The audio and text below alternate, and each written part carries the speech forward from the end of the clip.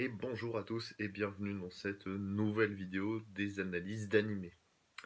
Aujourd'hui, donc, on continue sur Conan le fils du futur, la série d'Hayao Miyazaki de 1978, et on va parler des épisodes 3 et 4. Alors, on va direct débuter, hein, parce qu'évidemment le studio d'animation, le réalisateur et toute l'équipe ne va pas réellement changer. L'histoire est toujours la même, l'époque est toujours la même, donc bon, bah on continue. L'origine est toujours la même, toujours Troisième Guerre mondiale, tout ça, tout ça. Regardez la première vidéo. Il y a les informations. Là, on va direct s'attaquer du coup à l'épisode 3, qui s'appelle Le Premier Compagnon. L'épisode numéro 3 a été diffusé pour la toute première fois le 18 avril 1978, au Japon, hein, donc toujours. Alors, qu'est-ce qui se passe dans cet épisode 3? Alors, on a du coup Conan dès le début qu'on retrouve sur son embarcation qu'il avait construit juste avant et qui se retrouve du coup dans une mer très agitée. Juste après être dans une mer calme où il n'y a plus de vagues. Bah déjà, je trouve déjà intéressant dans les premiers instants, bah c'était un peu la tempête puis le calme. Et qu'au final, on est un peu dans l'idée que le calme, ça a presque failli le tuer parce qu'il était en manque d'eau, il n'avance pas, etc. Certains marins pourront le confirmer, mais parfois, le calme absolu de la mer plate sans vent, c'est peut-être même pire que les pires des tempêtes. Et je trouve qu'Hayao Miyazaki, il y a un petit peu de ça dans cette petite scène assez sympathique. Peut-être que je surinterprète un petit peu, c'est très possible. Mais c'est un message qui est assez intéressant, moi je trouve. Ouais, il est pas trop mal. Alors après ça, du coup, notre ami Conan arrive sur cette fameuse île, et donc où il va rencontrer Jimsy. Dans un premier temps, il va boire l'eau en étant donc dans cette ville abandonnée, dans ce petit village abandonné, en ruine en tout cas. Puis il va bouffer des fruits. En étant super excité, c'est trop génial, j'adore la vie, hein, ça c'est Conan, hein, il faudra s'y habituer. Ce qui fait un peu penser vraiment que, et encore une fois, et qui fait que confirmer que cet animé était prévu pour les gosses, hein, c'est évident. C'est le genre de trucs qui sont faits pour les enfants et c'était souvent la mode en fait dans les années 70. Bien que si vous vous penchez un petit peu sur l'histoire de l'animation, vous remarquerez qu'à la fin des années 70, il y a une espèce de transition entre les trucs un peu old school, j'ai envie de dire, qui sont pas très pour les adultes, qui sont plutôt pour un public assez jeune, qui est plutôt innocent, etc., et assez drôle, très comique, et des trucs qui vont être plus sombres, plus sérieux, commencer à arriver dans les années 70. Finalement, en fait, ce style d'animation et ce style d'histoire, c'est plutôt un mix entre les deux extrêmes, entre le truc vraiment pour adultes, hein, vous voyez ce que je veux dire, et le truc pour enfants. Un truc qui est accessible à tout public, mais qui en même temps évoque des trucs très adultes. Alors pas forcément liés au sexe, hein, mais ça peut être tout et n'importe quoi. Conan fait plutôt partie de la catégorie des trucs pour enfants, bien qu'évidemment les thématiques chères à Miyazaki sont quand même visibles. Mais disons que les thématiques de Monsieur Miyazaki, on les reverra principalement dans ses films. À partir du château de Cagliostro, déjà un petit peu, mais pas tellement. En 79, on aura l'occasion d'en reparler. Et puis évidemment, bah, surtout ces films du studio Ghibli, et ça évidemment tout le monde le sait.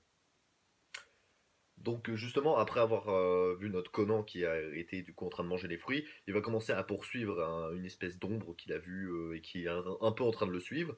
Après avoir vu que son bateau était complètement mis capoute, il s'est dit bah c'est forcément lui qui l'a fait. Et du coup il fait semblant d'être mort. Hashtag simulation incroyable. Vraiment. C'est insane cette simulation, j'adore. Moi j'y croyais vraiment. Et puis enfin, le but, c'est pas qu'on y croit, hein. Puis Jim 6 s'approche et puis finalement, voilà, ils le surprennent. Et puis il y a un espèce de défi.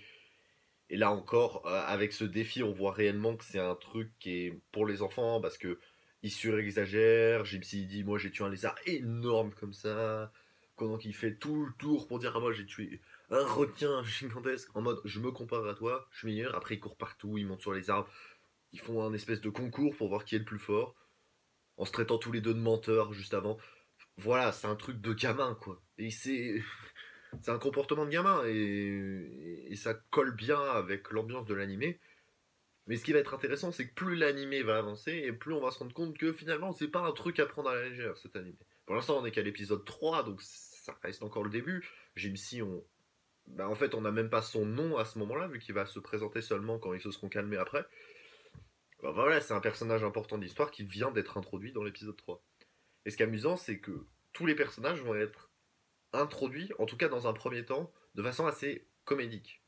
Sauf si c'est des antagonistes, évidemment. Si c'est des antagonistes, bon, bah bien sûr, eux, on rigole pas avec eux. En l'occurrence, il y a un personnage positif qui va être introduit beaucoup plus tard dans l'histoire, mais qui va pas être présenté comme un personnage drôle. Et c'est pour ça qu'on va avoir un doute sur le fait qu'il soit réellement gentil. On en reparlera plus tard, évidemment. Et pour continuer du coup l'épisode, après justement d'être s'être calmé avec cette histoire de lézard où ils finissent par arracher la queue, l'épisode fait sa petite pause habituelle, c'est une espèce d'interlude, d'intermède, si je puis dire, qu'on a l'habitude de voir. Et du coup, ça reprend avec la deuxième partie de l'épisode 3, où on retrouve Jimsy et Connor devant la petite hutte que Jimsy s'est construite sur son île.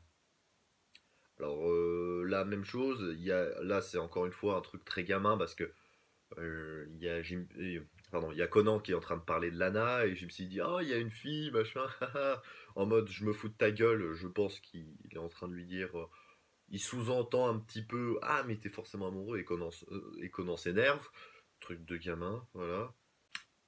Gypsy dit moi j'ai peur, enfin j'aime pas les filles, ça pleurniche tout le temps. Et Conan prend sa défense en disant mais non Lana elle est pas comme ça, machin machin. Elle parle aux oiseaux et après Conan. Et après, Jimsy, il répond mais Mais comme ça, il pourra me rapporter des oiseaux et je pourrais les bouffer. Mais je le trouve excellent. Gypsy, il pense qu'à graille, c'est trop drôle. Mais déjà, juste avant, quand on en parle de Lana pour la toute première fois, Gypsy, sa première réaction, s'est dit Lana, c'est quoi, ça se mange? Ça m'a fumé cette réflexion. Je me suis dit, mais vraiment, Gypsy, c'est un ventre sur pattes, ce gars. Et juste après cette scène, ils partent tous deux en courant parce que Gypsy, enfin, après la nuit, Gypsy se lève pendant la nuit et parce qu'il a entendu le bruit d'un bateau, en l'occurrence le Barracuda. Il va aller là-bas et en vitesse en précipitant Conan. Pendant que Conan va faire de la merde avec un robot, et il y a Jimsy qui va faire quelque chose de plutôt inquiétant. À vrai dire, Jimsy, je comprends pas pourquoi Miyazaki va mettre ça, mais Jimsy va se précipiter, et c'est ça qui est flippant, qui se précipite, pour prendre ce qu'il a, genre des échanges, une espèce de fruits, une souris après, pour avoir du tabac à la place. Et vraiment, il s'est précipité dès qu'il a entendu le Barracuda pour prendre ses affaires et les échanger pour du tabac. Et il va même en voler un en plus. En l'occurrence, il en aurait trois. Le chef lui en donne une quatrième parce qu'il est gentil. Il dit voilà, je suis gentil. Après, il fait semblant de partir et du coup, le chef lui en donne une cinquième. Et en l'occurrence, en partant, il lui en vole une sixième. Ou peut-être même plus, je sais pas. Et donc, ça montre quelque chose d'assez bizarre sur Jimsy, c'est qu'il est vraiment accro au tabac. Et qu'il en a besoin.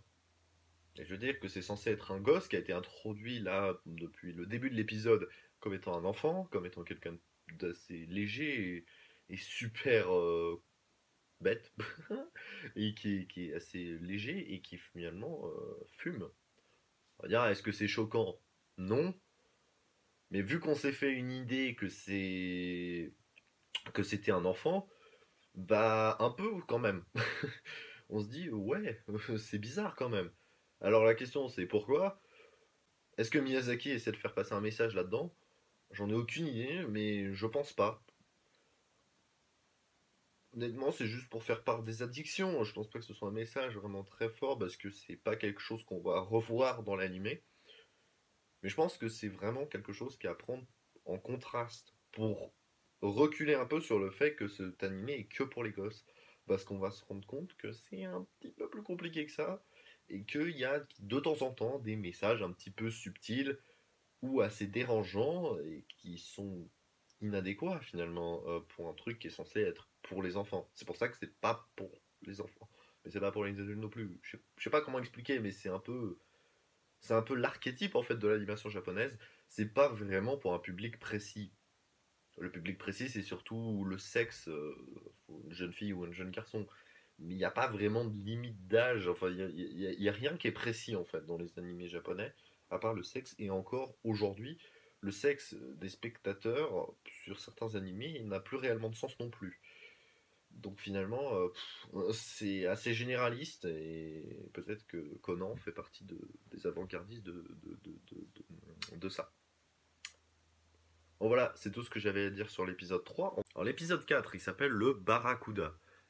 Il sort donc une semaine après, le 25 avril 1978, toujours au Japon, évidemment. Donc nos deux amis, Jimsy et Conan, vont monter directement sur le Barracuda pour aller voir la cale du bateau, mais Conan, il a une idée derrière la tête, c'est d'aller à Industria pour retrouver la fameuse Lana. Alors, encore une fois, Jimsy et la bouffe, hein, une grande histoire d'amour. Jimsy va se coller encore des ennuis en bouffant la nourriture du capitaine, en assommant le cuisinier, et donc ils vont se faire prendre après sur la plage parce que Jimsy est bourré, et du coup, Conan va prendre la punition des 20 coups de planche à la place de Jimsy. Il va donc prendre 40 coups de planche, ce qui est donc extrêmement courageux. D'ailleurs, le capitaine Dice le reconnaît lui-même, c'est extrêmement courageux. Parce que évidemment, s'ils l'acceptaient pas, bah, ils étaient pendus. Et ça, c'est moyen comme truc, hein, quand même, hein, de pendre des gens, c'est pas super sympa. Mais bon, hein, c'est un bateau, c'est la mer, hein, si on peut dire. Hein. C'est comme ça. Et bah, du coup, Conan qui accepte de prendre tout ça à la place va complètement s'effondrer à la fin des 40 coups de planche, mais bon, ça montre réellement que Conan est très attaché aux valeurs qu'il défend, aux personnes qu'il défend, et il est prêt à tout. Il est prêt à tous les sacrifices. Et ça fait penser à certains personnages de Miyazaki dans le futur qui sont prêts à tout sacrifice jusqu'à presque se mettre en danger eux-mêmes. Donc là, ça va encore peut-être pour Conan sur cette fois-là, mais on verra plus tard dans l'anime que des fois il prend des choix qui sont dangereux pour lui. Un peu à notre chère Nausicaa qui viendra plus tard. Elle aussi, surtout dans le manga, elle prend des risques énormissimes pour sa vie. Évidemment, Nausicaa est beaucoup plus sérieux et beaucoup plus violent que Conan, ça c'est une certitude, surtout le manga, pas trop le film. On en reparlera encore une fois de ce film qui est juste génial. Mais bon, revenons à Conan. Et donc, après avoir pris cette position, ils sont fermés dans la cale et Conan reste allongé par terre avec des fesses qui sont illuminées en rose fluo. C'est super bizarre, mais bon, j'ai envie de dire, pourquoi pas. J'ai envie de dire let's go, ça va, pas de problème. D'ailleurs, en parlant des 40 coups de planche, moi j'ai vu un petit truc qui est pas très sympa, je pense pas que ce soit une erreur, mais un truc, c'est que après le premier coup de planche qui est donné aux deux, bah Jimsy il s'écroule. Et bah les mecs ils refont des coups de planche en recommençant à partir de un pour Conan tout seul. Du coup, Conan techniquement s'est pris 41 coups de planche. Je dis c'est pas très correct. Il y a des dommagements là. Bon, en vrai, c'est une anecdote et je pense pas, c'est pas une erreur. Je pense pas que ce soit volontaire. Je pense qu'il le savait très bien. Je pense qu'en vrai, on s'en fout. Hein. C'est un détail qui est vraiment pas très important. Et donc voilà, là c'est pour la première partie de l'épisode 4. Et pour la deuxième partie, donc on retrouve Jimsy et Conan dans la cale du bateau qui doivent trier les détritus qui ont été ramenés des ruines d'une ancienne ville probablement sur l'île. Bah, pourquoi c'est une ancienne ville? Parce que dans les ruines, on vous rappelle dans l'épisode 3, il y a un des membres de l'équipage du Barracuda qui va déterrer un vélo, donc en rouillé qui doit probablement venir du coup de la civilisation précédente avant 2008, très certainement. Et donc Jimsy et Conan doivent trier. Dans un premier temps, Jimsy refuse de le faire parce qu'il dit bah, il a rien compris, il a tout oublié parce qu'il était bourré. Mais Conan, il peut à peine travailler avec ses fesses qui sont complètement enflées. Finalement, Jimsy va tourner en apprenant ce que Conan a fait pour lui, et finalement, il va accepter de travailler pendant que Conan se repose. Et finalement, les deux sont aptes, et du coup, tout va bien, qui finit bien. Mais non, c'est pas fini.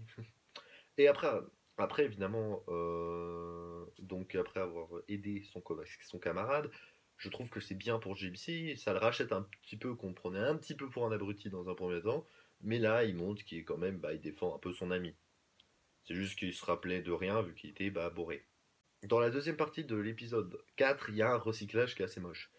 Quand le capitaine Dice donne des ordres aux gens qui font le tri sur l'île, bah c'est exactement la même scène, plan par plan, que l'épisode 3. Bon, il y a un recyclage de scènes, c'est pas bien grave, on leur en voudra pas, les budgets étaient assez restreints à l'époque. bien évidemment. Donc après tout ça, le Barracuda finit par partir pour Industria, et puis, tandis qu'ils sont sur le pont, Jimsy et Conan observent un oiseau qui vole. On sait, du coup on le reconnaît tout de suite, c'est un oiseau qui est donc apprivoisé par Lana, il s'appelle Teki, et Conan va un peu lui parler en disant Teki reviens là, et etc. Après que Teki se soit posé sur son doigt, il récupère un des cheveux de Lana qu'il avait, et finalement l'attache autour de son doigt.